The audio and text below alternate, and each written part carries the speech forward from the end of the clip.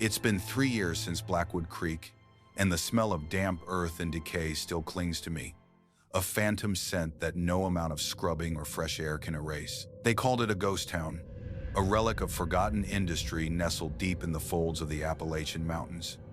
We went in expecting shadows and echoes, maybe a few jump scares for the greenhorns. What we found was something far older, far hungrier, and infinitely more patient than any mere ghost. I'm Sergeant Miller, and this is the story of how a routine recon mission turned into a descent into a darkness that still haunts my waking hours. The hum of the MATV's engine was a monotonous drone against the rising sun, a mechanical heartbeat pushing us deeper into the wilderness. The road, if you could even call it that, was little more than a scarred dirt track, winding its way through a dense canopy of ancient oaks and pines. Sunlight struggled to penetrate the thick foliage, casting the forest floor in a perpetual twilight. The air was heavy, thick with the scent of pine needles, damp soil, and something else, something subtly metallic, like old blood. "Another mile, Miller," Corporal Davies' voice crackled over the comms, his tone flat, professional. Davies was our comms specialist, a wiry man with sharp eyes and an even sharper wit, usually. Today, even his usual banter was muted. He sat hunched over his console, a map of the region spread out before him, the coordinates for Blackwood Creek, a stark red dot in a sea of green. "Copy that, Davies," I replied, my gaze sweeping the tree line. My M4 rested across my lap, its weight a familiar comfort. My squad, a 4-man recon unit, was on a routine mission: investigate reports of unusual activity in an abandoned mining town. The official brief was vague: potential squatters, illicit operations, or environmental hazards. The unofficial brief, whispered between the grunts, was far more colorful: local legends, ghost sightings, and a town that just disappeared. Behind me, Private Jenkins shifted uncomfortably in his seat. He was fresh out of basic, all wide-eyed enthusiasm and nervous energy. This was his first deep country deployment, and the isolation was clearly getting to him. "You really think there are ghosts, Sarge?" he mumbled, his voice barely audible above the engine. I glanced back, catching his reflection in the rearview mirror. His knuckles were white where he gripped his rifle. "Jenkins, we're here to find out what's causing the reports. Could be anything. Bears, moonshiners, kids playing pranks. Keep your head on a swivel." I kept my voice even, projecting a calm I didn't entirely feel. The truth was, the local liaison had been unusually insistent, his eyes darting nervously when he spoke of Blackwood Creek. He'd mentioned the old ways and things best left undisturbed. Next to Jenkins, Private Riley, our medic, or Doc as we called him, remained silent. Doc was a quiet man, older than Jenkins, with a thoughtful demeanor and an uncanny ability to read people. He was meticulously checking the contents of his medical kit, his movements precise and unhurried. He didn't believe in ghosts, not in the traditional sense, but he believed in the power of suggestion and the human mind's capacity for terror. He'd seen enough of it in the field. "Approaching designated drop-off point, Sarge," Davies announced, pulling me back to the present. The trees began to thin, revealing a narrow, overgrown clearing. Beyond it, a skeletal silhouette of structures clawed at the sky: Blackwood Creek. From this distance, it looked like a forgotten diorama, frozen in time. We dismounted, the crunch of our boots on dry leaves and twigs unnaturally loud in the sudden silence. The MATV idled for a moment, then Davies killed the engine. The silence that followed was profound, broken only by the distant caw of a crow and the rustle of unseen creatures in the undergrowth. It was the kind of silence that pressed in on you, that felt less like an absence of sound and more like a presence itself. "All right, listen up," I said, my voice low. "Standard recon formation. Jenkins, you're on point. Davies, keep an eye on our 6. Doc, stay central. We move slow, we move quiet. Any movement, any sound that isn't us, you call it out. No heroics. We're observing, not engaging. Understand?" "Yes, Sarge," came the synchronized replies. Though Jenkins was a beat slower, his eyes already scanning the decaying buildings ahead. As we advanced, the air grew colder, despite the lingering warmth of the morning Sunday. A faint, acrid smell began to permeate the pine-scented air, something like burnt wood and stagnant water, mixed with a faint, cloying sweetness. The first building we approached was a dilapidated general store, its windows shattered, gaping like empty eye sockets. A faded sign, barely legible, read, "Blackwood Creek Mercantile." Inside, dust motes danced in the shafts of light that pierced the broken roof. Shelves were still lined with rusted cans and bottles, their labels long since faded into illegibility. A counter stood in the center, a ledger lying open, its pages brittle and yellowed. It looked as if the owner had simply walked away mid-transaction, never to return. It was unsettling. This sudden abandonment, this snapshot of a life abruptly halted. "No signs of recent entry, Sarge," Davies reported, his flashlight beam cutting through the gloom, illuminating cobweb-draped corners. "Dust layers are undisturbed. This place has been empty for decades." "Decades?" Jenkins whispered, his voice tight. "But everything's still here." He was right. It wasn't just empty, it was preserved. A child's toy lay discarded in an aisle, a wooden doll with one button eye missing, staring blankly at the ceiling. A half-eaten meal sat on a full table in what looked like a back room, the plate covered in a thick layer of dust, the food long since petrified. It was a tableau of sudden, inexplicable departure. "Doc, anything you can tell from this?" I asked, gesturing to the petrified meal. Doc knelt, examining it with a detached, clinical interest. He carefully scraped a sample into a sterile bag. "Hard to say without analysis, Sarge. But it's odd. No signs of struggle, no forced entry anywhere. Just gone. Like everyone just vanished." His voice was low, thoughtful. "The air quality is also peculiar. There's a faint, almost imperceptible hum, low frequency, and the temperature fluctuations are significant, even indoors." We moved deeper into the town, each step echoing in the oppressive silence. The houses were mostly small, wooden structures, built for miners and their families. Each one told the same story: lives interrupted, belongings left behind, a child's drawing still tacked to a wall, a woman's dress hanging on a hook, a man's tools laid out on a workbench. It was a ghost town, yes, but not in the way we understood it. It felt less like a place where people had died, and more like a place where they had simply ceased to be. Jenkins, ever the most jumpy, suddenly froze. "Sarge, did you hear that?" I held up a hand, signaling for silence. We all stopped, listening. The wind rustled through the skeletal trees, a mournful sigh. A loose shutter somewhere creaked rhythmically. Nothing else. "Hear what, Jenkins?" I asked, my voice barely a whisper. "A whisper," he insisted, his eyes wide, darting around. "Sounded like my name." Davies scoffed softly. "Just the wind, kid. Your imagination's running wild." But I saw Doc's eyes narrow, his head cocked slightly, as if straining to hear something beyond the normal range of human perception. He didn't say anything, but his silence was more unsettling than Jenkins' outburst. I knew Doc. He didn't spook easily. We continued our patrol, the unease growing with every step. The town felt like a stage set, waiting for actors who would never arrive. Or perhaps actors who were still here, just unseen.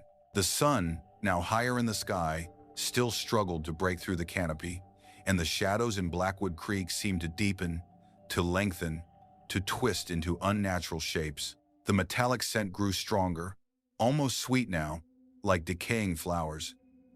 Then Davies' voice, sharp and urgent, cut through the comms. "Sarge, I'm losing signal. My primary and secondary comms are both showing heavy interference. It's not just static, it's a complete blackout." My blood ran cold. Losing comms was bad. Losing comms this deep in the Appalachians, in a place already steeped in unsettling silence, was a nightmare. "Try to re-establish, Davies. Use the emergency frequency." "Already on it, Sarge." "Nothing. It's like we're in a Faraday cage. Or something's actively jamming us." His voice was strained, a hint of genuine fear creeping in. Davies, the logical one, was starting to crack. We were cut off. The realization settled over us like a shroud. No contact with command, no backup, just us and Blackwood Creek.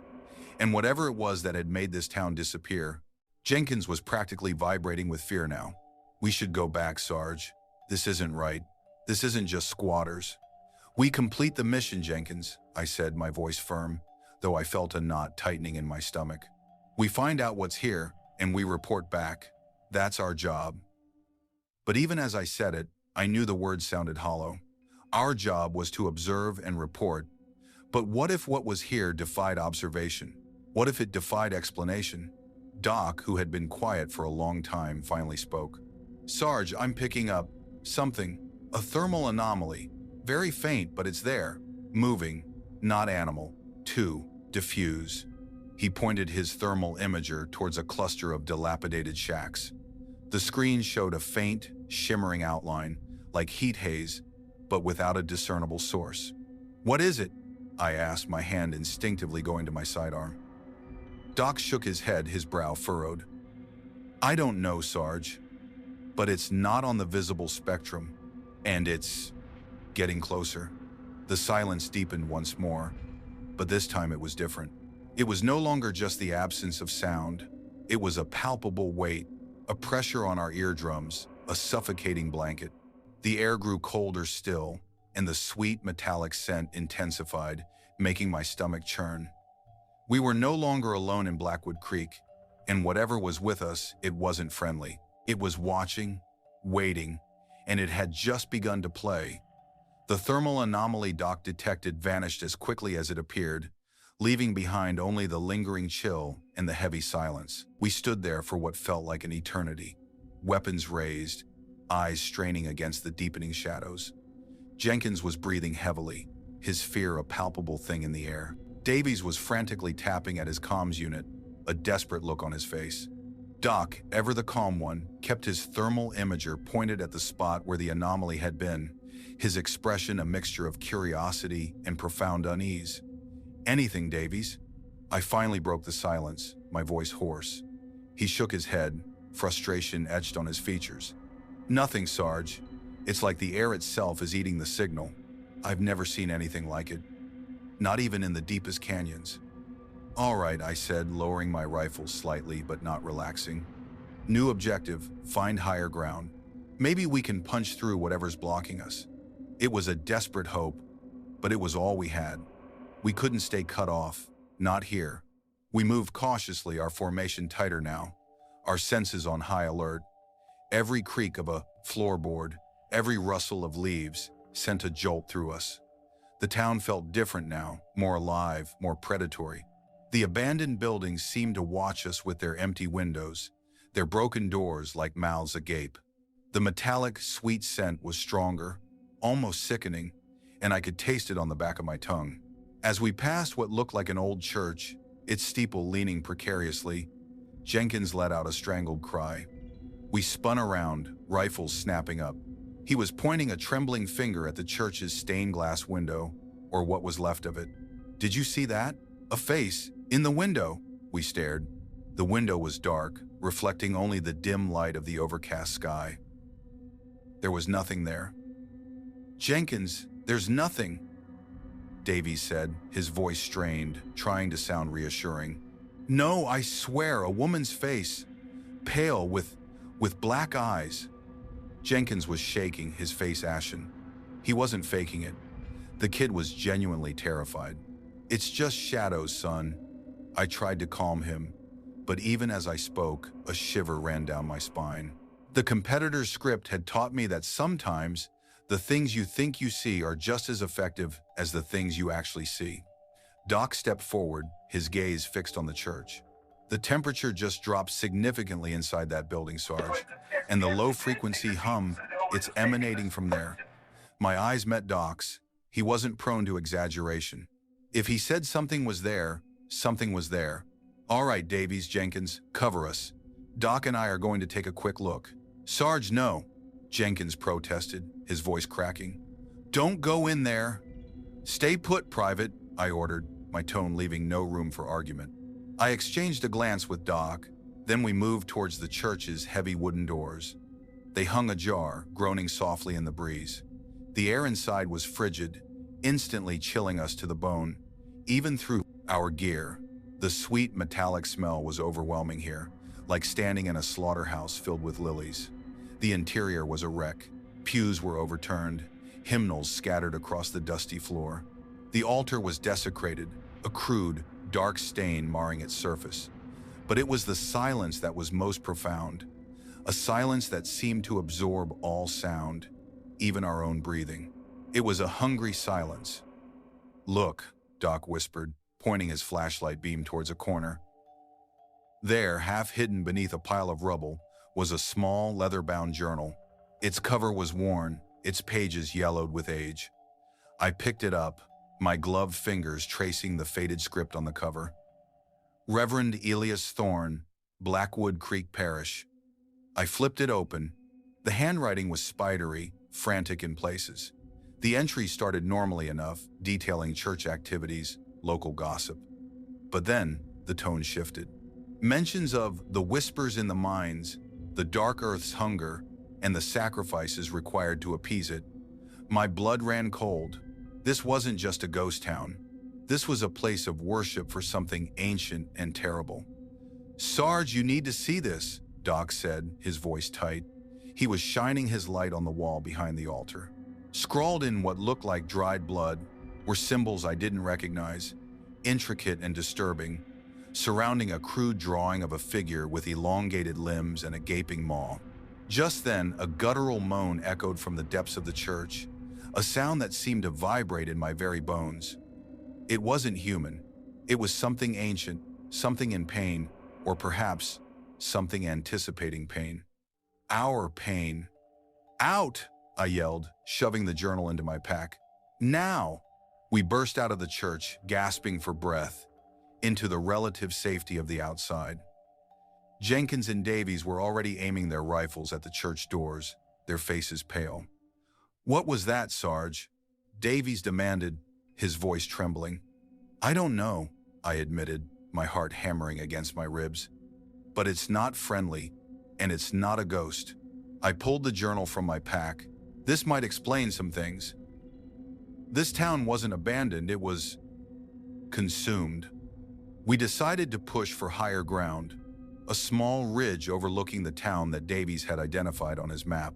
The hope was that we could re-establish comms there, or at least get a clearer picture of what we were dealing with. The climb was arduous, the terrain steep and unforgiving. Every rustle in the undergrowth, every snapping twig, made us jump. The feeling of being watched was constant, a prickling sensation on the back of my neck.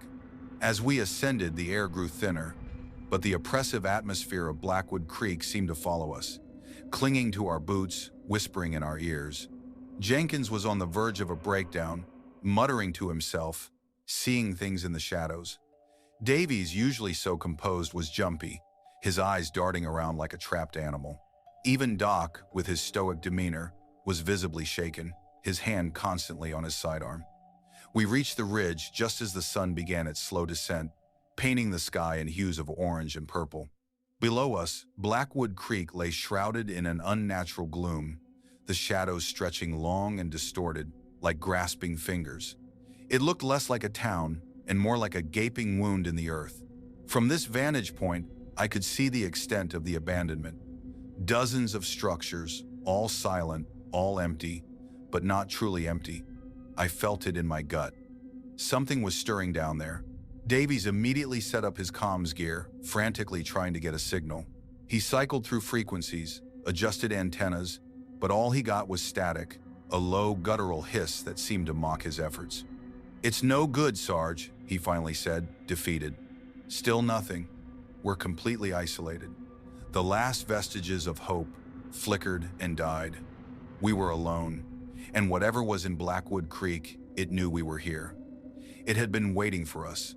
As darkness began to fall, the temperature plummeted. A thick, unnatural fog began to roll in from the valley below, slowly engulfing the town, then creeping up the ridge towards us. It wasn't a normal fog. It was too dense, too cold, and it carried with it that cloying, metallic scent. It felt alive, Jenkins let out a whimper. "Sarge, look!" He pointed a trembling finger towards the town below. Through the swirling mist, faint lights began to appear in the windows of the abandoned houses. Not electric lights, but a soft, flickering glow, like candlelight. And then, shapes. Figures moving within the fog, indistinct, ethereal, but undeniably there. They weren't walking, they were gliding, drifting through the streets of Blackwood Creek. "Are those ghosts?" Davies whispered, his voice barely audible. His face was pale in the fading light, his eyes wide with terror. I gripped my rifle tighter. "I don't know, Davies, but they're not friendly." The journal in my pack felt heavy, a lead weight against my back. The Reverend's frantic words echoed in my mind, the sacrifices required to appease it. What had happened here? What kind of entity demanded such a price? Doc, ever the pragmatist, was scanning the figures with his thermal imager. "No thermal signature, Sarge. Nothing. They're cold, colder than the air itself." His voice was laced with a fear I hadn't heard from him before. "But they're moving with purpose, they're converging." My eyes followed his gaze. The flickering lights, the drifting figures. They were indeed moving, slowly but inexorably, towards the base of the ridge. Towards us, the fog thickened, swallowing the last of the daylight, plunging Blackwood Creek into an inky blackness, broken only by those eerie, flickering lights. The low-frequency hum that Doc had detected earlier was now a distinct vibration in the ground beneath our feet, a deep, resonant thrum that seemed to come from the very earth itself. "Set up a perimeter!" I barked, trying to inject some authority into my voice to cut through the rising panic. "Jenkins, cover the left flank. Davies, right. Doc, stay with me." We scrambled into defensive positions, our rifles pointed into the swirling, luminous fog. The air was now heavy with the metallic sweetness and a new smell, something ancient and earthy, like disturbed grave soil. The whispers started then, faint at first, carried on the unnatural breeze, then growing louder, more distinct. They weren't in English, or any language I recognized. They were guttural, hissing, a chorus of malevolent intent. Jenkins let out a choked cry. "Sarge, they're here, in the fog!" Through the swirling mist, a figure emerged, closer than any of the others. It was tall, impossibly thin, its limbs elongated, its head tilted at an unnatural angle. It moved with a jerky, disjointed gait, like a marionette with tangled strings. Its eyes, if they were eyes, were twin points of obsidian blackness, reflecting no light, only absorbing it. And it was holding something, a small wooden doll, with one button eye missing. My blood ran cold. It was the doll from the general store, the one Jenkins had seen. How could it be here? How could it be here?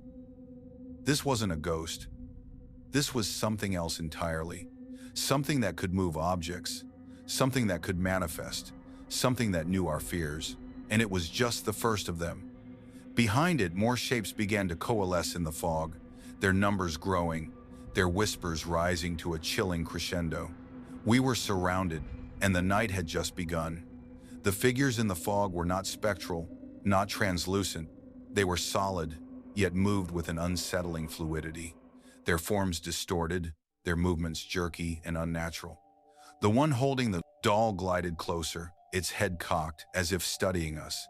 Its black eyes seemed to bore into Jenkins, who had frozen, his rifle shaking uncontrollably. The whispers intensified, weaving in and out of each other, forming a cacophony of ancient, guttural sounds that clawed at the edges of my sanity.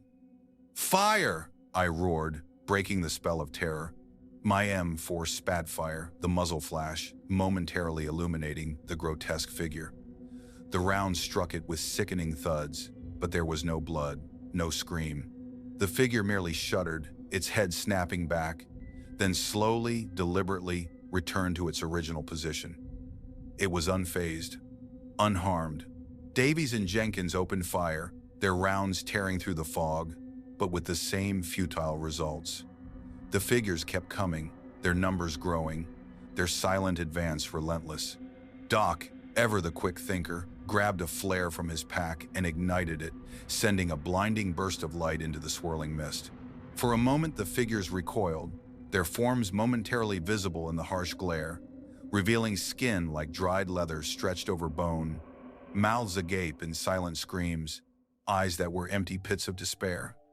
"They don't like the light!" Doc yelled over the din of gunfire and whispers. "Concentrate fire on the ones closest to the flare." We poured rounds into the advancing horde, the flare providing a temporary reprieve, pushing them back into the deeper shadows. But it was a losing battle. There were too many of them, and our ammunition was finite, and they were learning. The figures began to flank us, moving with surprising speed through the dense fog, their whispers now laced with a chilling, almost playful malice. Then, a new sound cut through the chaos, a low, mournful wail like a child crying, but distorted, stretched into something inhuman. It came from directly behind Jenkins. He spun around, his eyes wide with terror, and fired wildly into the fog. "My sister, I hear my sister!" he screamed, his voice cracking. "Jenkins, hold your fire, there's nothing there!" I yelled, but it was too late. He was lost in a waking nightmare, firing at phantoms only he could see. The wailing intensified, twisting into a mocking laugh, and then a figure materialized directly in front of him, its face a grotesque parody of his sister's, its eyes black and empty. Jenkins let out a final guttural scream before he was enveloped by the fog, dragged down into the darkness. His rifle clattered to the ground, its magazine empty. "Jenkins!" Davies cried, but I pulled him back. "Too late, Davies! Fall back! Fall back to the rock formation!" We retreated, covering each other, the figures pressing in, their whispers now a chorus of triumphant malice. The rock formation offered some cover, a natural barricade against the encroaching horror. We huddled together, our backs to the cold stone, our breathing ragged. The fog swirled around us, illuminated by the flickering lights of the town below and the occasional muzzle flash of our rifles.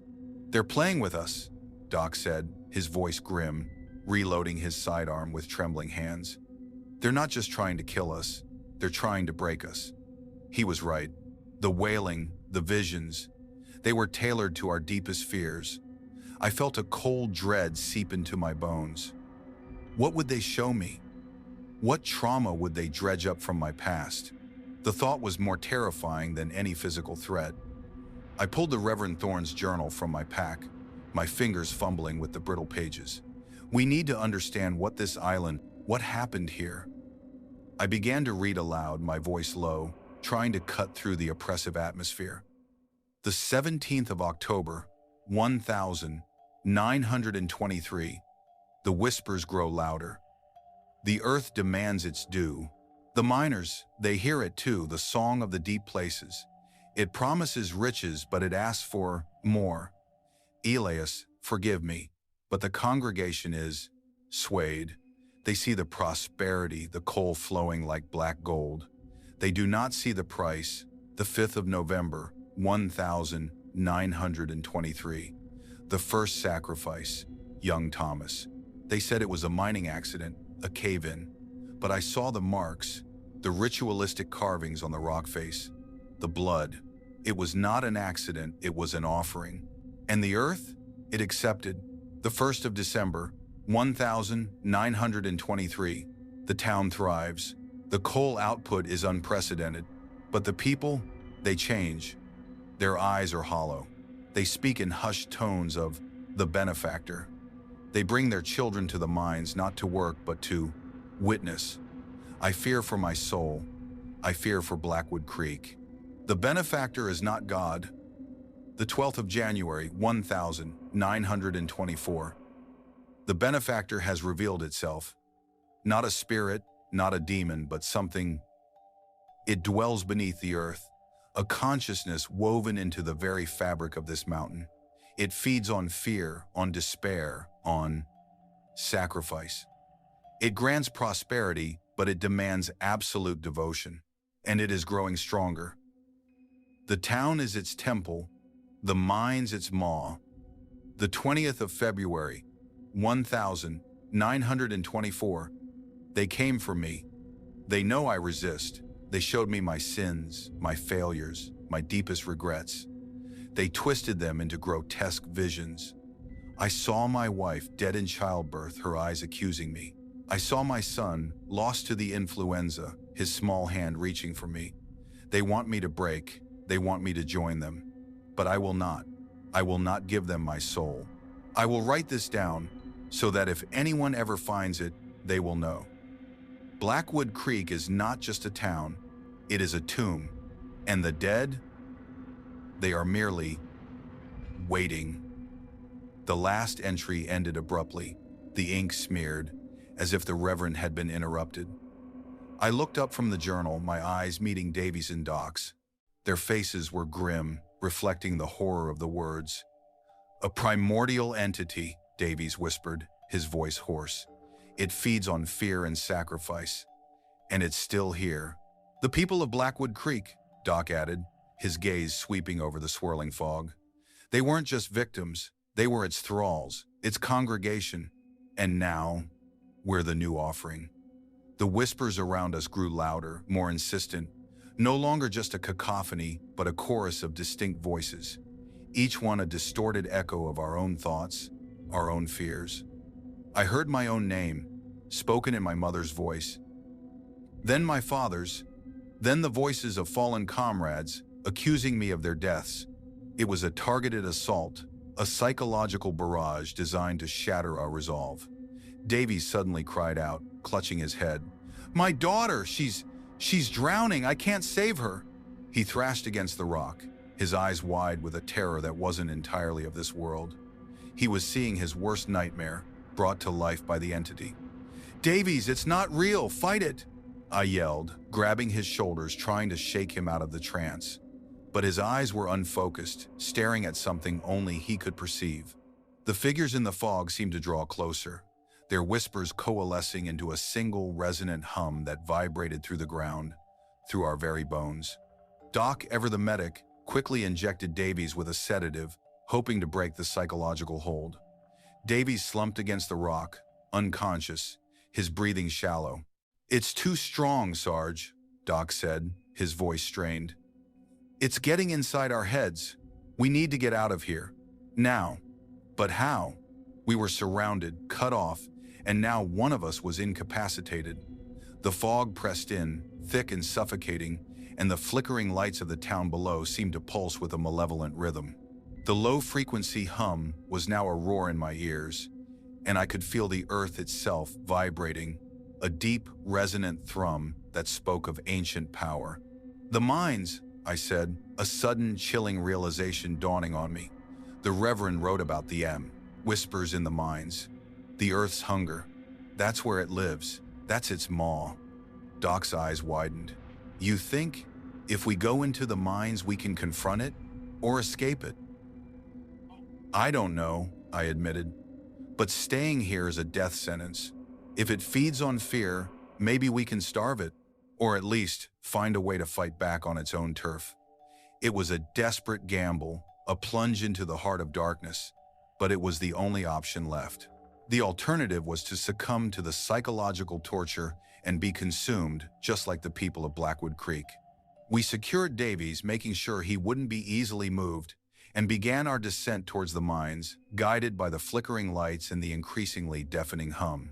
The fog parted for us, almost as if inviting us in, revealing the gaping maw of the main mine shaft, its entrance dark and foreboding. The metallic sweet scent was overpowering now, mixed with the damp, earthy smell of the deep places. This was it, the heart of Blackwood Creek's horror, and we were walking right into it. The mine entrance was a black void, a jagged wound in the side of the mountain.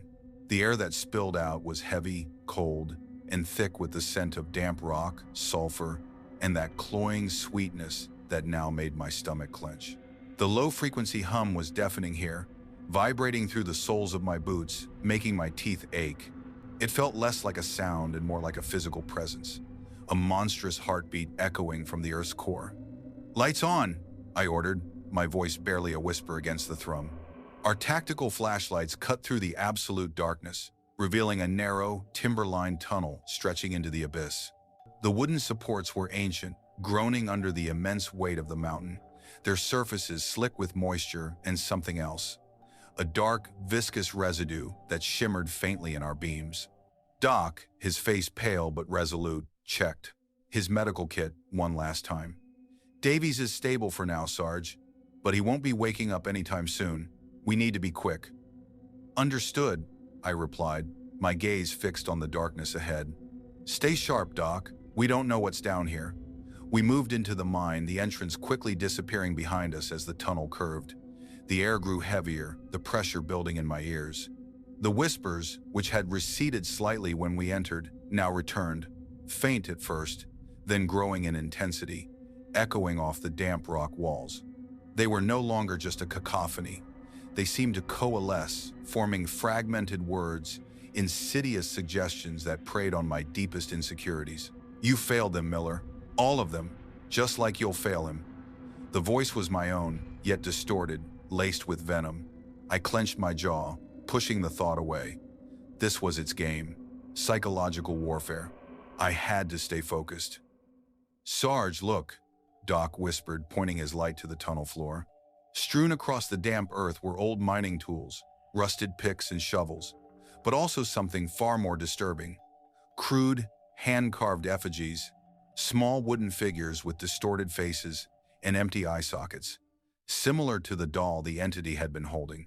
They were arranged in unsettling patterns, some impaled on sharp stones, others covered in that same dark, viscous residue. Ritualistic, Doc murmured, his medical training giving way to a more primal understanding. This isn't just a mine, it's a temple. We pressed on, the tunnel branching off into a labyrinth of smaller passages.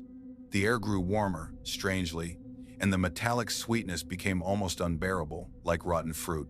The walls began to shimmer, not with moisture, but with a faint, bioluminescent glow, revealing intricate carvings etched into the rock face.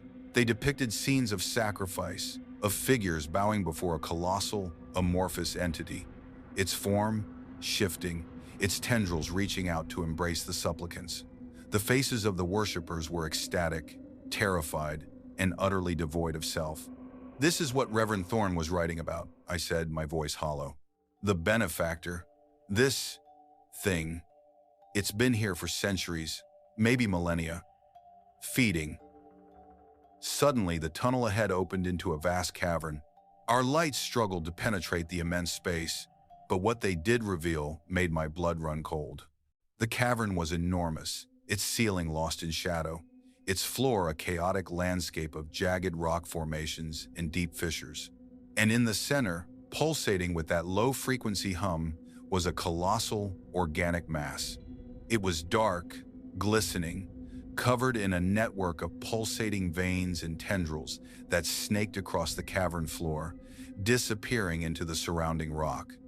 It was the source, the heart of Blackwood Creek's horror, the benefactor. The air in the cavern was thick with the sweet metallic scent, now so potent it burned my nostrils. The whispers here were a roaring chorus, 1,000 voices screaming in my head, each one dredging up a different memory, a different regret.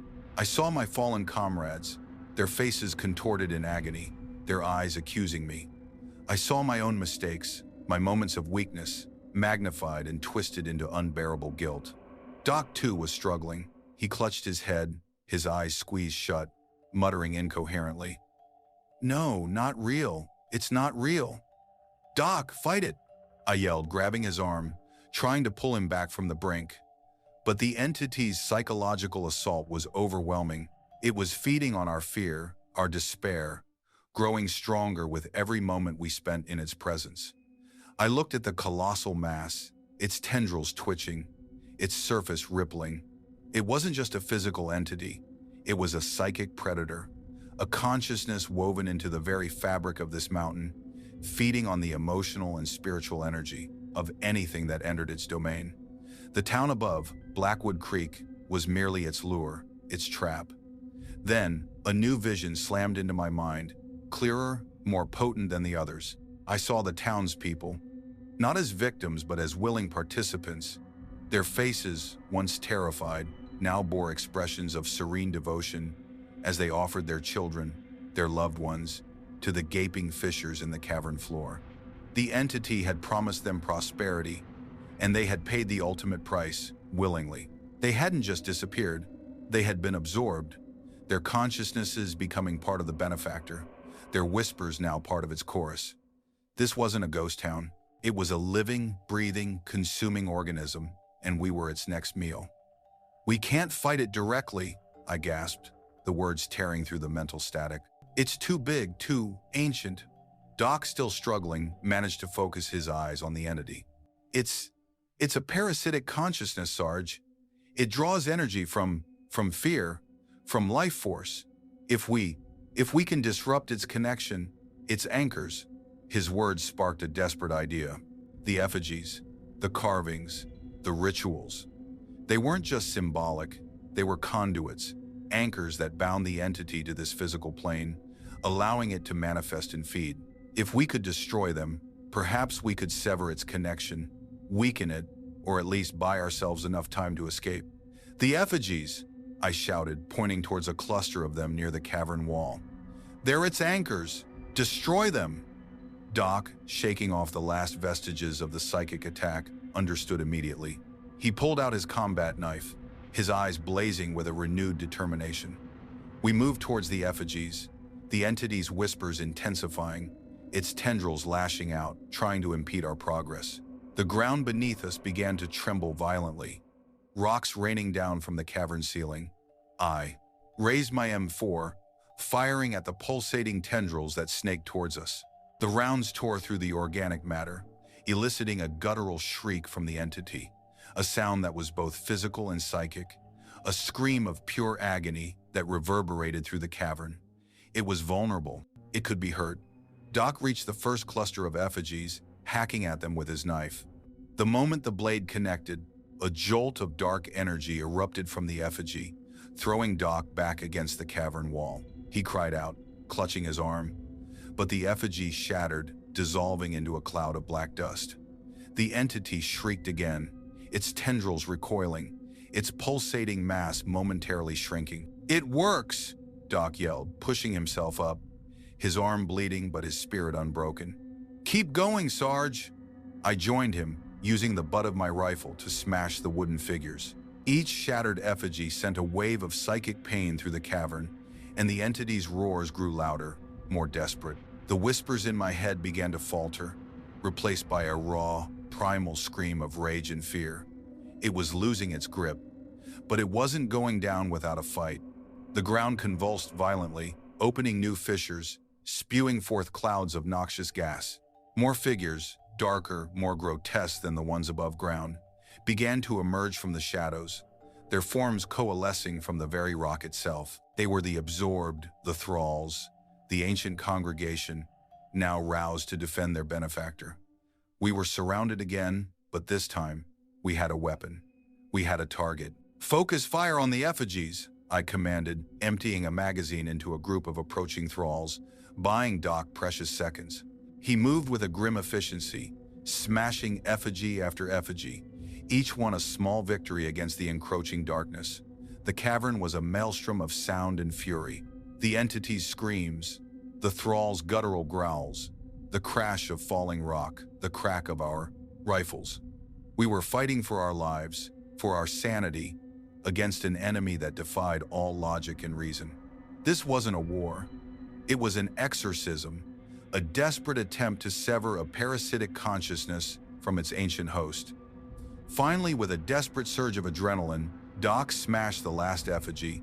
A blinding flash of dark energy erupted from the cavern floor, followed by a deafening roar that shook the entire mountain. The colossal mass in the center of the cavern convulsed violently, its tendrils thrashing, then began to recede, dissolving into a black, viscous goo that seeped into the fissures.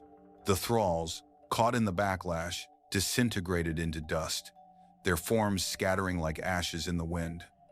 The low-frequency hum died, replaced by an eerie, profound silence. The bioluminescent glow on the walls faded, plunging the cavern into absolute darkness. We stood there, panting, covered in dust and sweat, our ears ringing, our minds reeling. It was over. Or was it? "Doc?" I whispered, my voice hoarse. reaching out into the darkness. "Are you there?" "Here, Sarge," his voice replied, weak but steady. I think we did it." We found each other in the darkness, our hands clasping, a silent acknowledgement of the horror we had faced and survived. But the silence was not empty. It was filled with the echoes of screams, the whispers of the dead, and the lingering scent of sulfur and sweet decay. The entity was gone, but its presence, its memory, was etched into the very fabric of this place and into our souls. We made our way back through the labyrinthine tunnels, the journey feeling infinitely longer than our descent. The air was still heavy, but the oppressive psychic weight was gone. The whispers were silent. The carvings on the walls seemed less menacing, more like ancient warnings. We emerged from the mine entrance into the pre-dawn gloom, the world outside feeling alien and unreal after the horrors we had witnessed. Davies was still unconscious, exactly where we had left him. We carefully moved him, checking his vitals.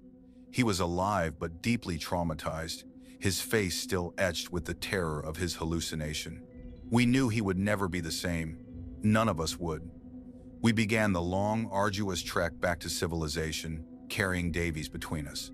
The sun eventually rose, painting the sky in hues of pink and gold, but its warmth felt distant, unreal. Blackwood Creek lay behind us, shrouded in a perpetual mist, its secrets once again swallowed by the Appalachian Mountains. We didn't look back. We couldn't. It's been 3 years. 3 years of therapy, of nightmares, of trying to forget the things we saw, the things we felt, the things that whispered in our minds. Jenkins, he was never found. Officially, he's listed as MIA. Unofficially, I know he was consumed, his essence added to the benefactor's chorus. Davies eventually recovered physically, but his mind, he never truly came back. He spends his days staring blankly, sometimes muttering about a drowning child. Doc and I are the only ones left, the only ones who truly know what happened in Blackwood Creek. We filed our report, a heavily redacted version that spoke of unforeseen environmental hazards and psychological distress due to extreme isolation. They didn't believe us, not really. How could they? How could anyone believe in a primordial entity that feeds on fear and sacrifice, a consciousness woven into the very fabric of a mountain? But I know, Doc knows, and sometimes late at night, when the world is silent, I can still hear the faint hum, the distant whispers carried on the wind from the direction of the Appalachians. I know it's still there, dormant, waiting for the next unsuspecting souls to stumble into its maw, waiting for Blackwood Creek to awaken once more. And I know, with a chilling certainty, that our squad found more than ghosts in that Appalachian ghost town. We found something that defies definition, something that defies death, something that will forever haunt the deepest recesses of our minds. And it's still out there, always waiting,